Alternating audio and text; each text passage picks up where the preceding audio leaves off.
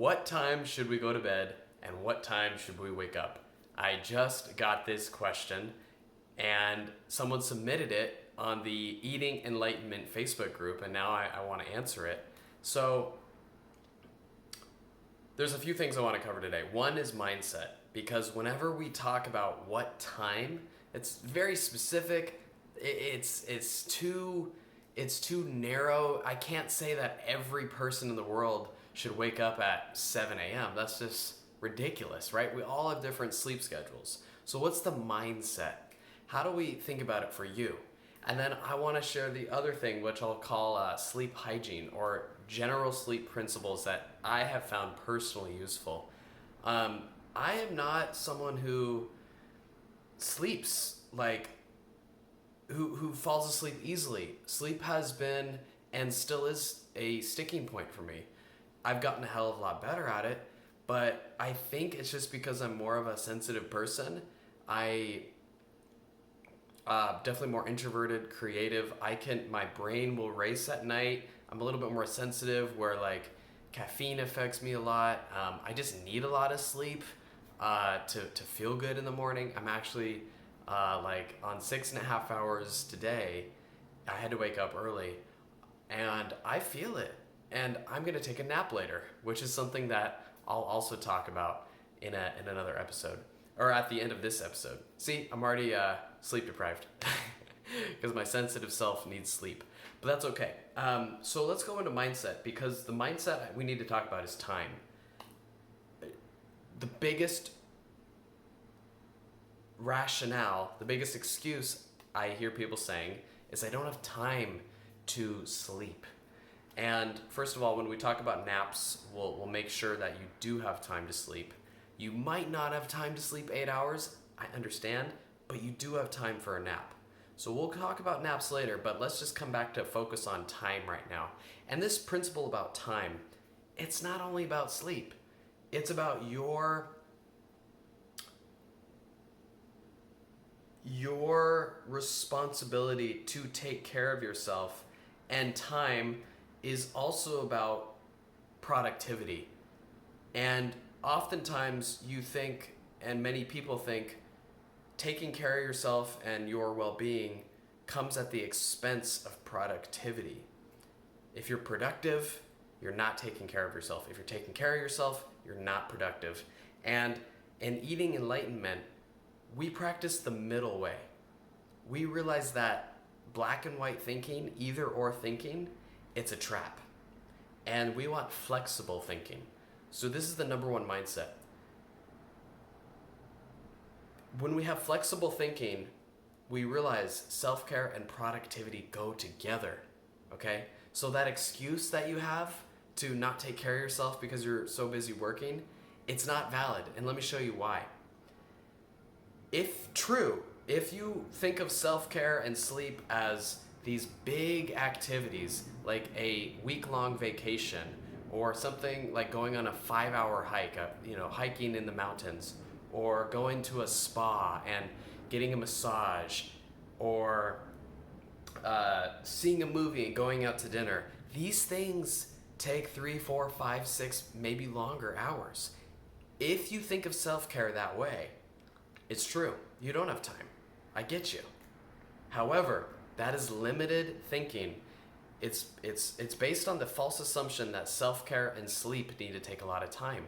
But the better model is realizing that self-care done in 5 to 10 minute increments multiple times throughout the day will increase your well-being and increase your productivity at the same time. So if we get rid of the assumption that self-care and sleep need to take a lot of time, then we are free to take the middle way. And what I mean by this is, let's say you have a 6-hour work block and you decide to just drink some coffee and work for 6 hours straight. Great. But you will work more. You will get more work done, and you will feel better if you take one or two or three breaks in between, or even 4 breaks during that work session. Every 90 minutes, take a 10-minute walk. stretch your shoulders, listen to some music, and we'll talk about wolf naps later, little miniature naps. You can take a miniature nap during these 10-minute breaks. And you might think that your productivity is going down, but it's not. Your focus stays high, and instead of getting lost in YouTube and the internet, instead of getting distracted by all these different things, instead of being sluggish and slow-minded, you're more focused. So yeah, you do have quote-unquote less time, but the quality of time is 10 times it. 10 times. And you feel better. Let's not forget about that. You feel better. After working for 6 hours straight, you feel like crap. Who wants to feel like crap? So that's the number one mindset. It doesn't take that much time. Really, really important we get. Now let's go into sleep hygiene. These are things that I found to be useful for myself. One, I sleep with a beanie over my eyes. My eyes are covered. The room is dark. The room is quiet. Sometimes I use earplugs. I have relaxing music on. I've been a lot better about a nighttime routine because I can carry my stress with me. So if I don't take a hot shower, if I don't read, if I don't give myself some wind down time, then I'm going to be too hyper. I won't be able to go to bed at night. So I usually have to lay down and read. I usually watch a TV show. The Americans, actually, if you have Amazon Prime, I'm a big fan of that show. So I lay down. And I'm no longer drinking coffee that much later in the day. That has been a significant shift. I try to stop drinking coffee latest at 3 p.m., but sometimes I'm at 4. But that's pretty much the latest I'll go. That's been a surprisingly big shift. All these things are gonna add up. The coffee has been the biggest shift. What else is there? I know they say blue screens. That's been my experience too. Don't watch TV before bed. I do know some people that fall asleep to watching TV, so I don't want to say this is as important. I use screen dimmers on my phone, automatic screen dimmers. What else do I do? That's about it. I think, more or less. I might be missing a major point, but I believe that's what I wrote out when I planned this little video today. But now I want to talk about naps. So I do take a nap, maybe 3, 4, 5 days a week. And again, there's a middle ground. People say, oh God, if I take naps, I'm going to stay up all night. My experience, and then other people say, I don't have time for naps. And again, it's this middle ground. We do not want extremes. That's what eating enlightenment is all about. It's the middle way. Our enemy is either or thinking. It's black and white thinking. It's judgment thinking. It's categorical thinking. We're beyond that. We're both thinking. We're a different type of thinker, and that's why we see good results. So for naps, for me personally, I'll take a nap, I don't know, between 3 and around between 2 and 5 p.m.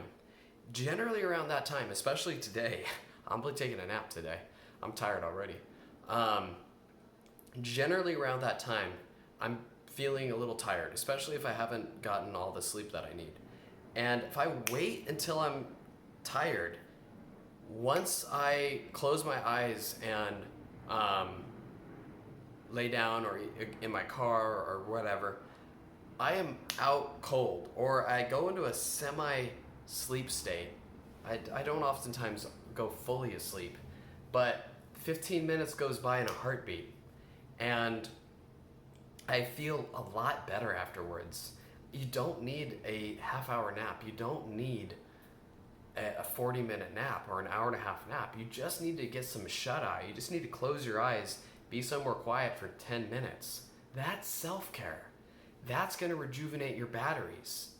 And that's how we incorporate sleep at the end of the day, during the day, and overall into our lifestyle by realizing it's not about extremes, but finding that middle ground.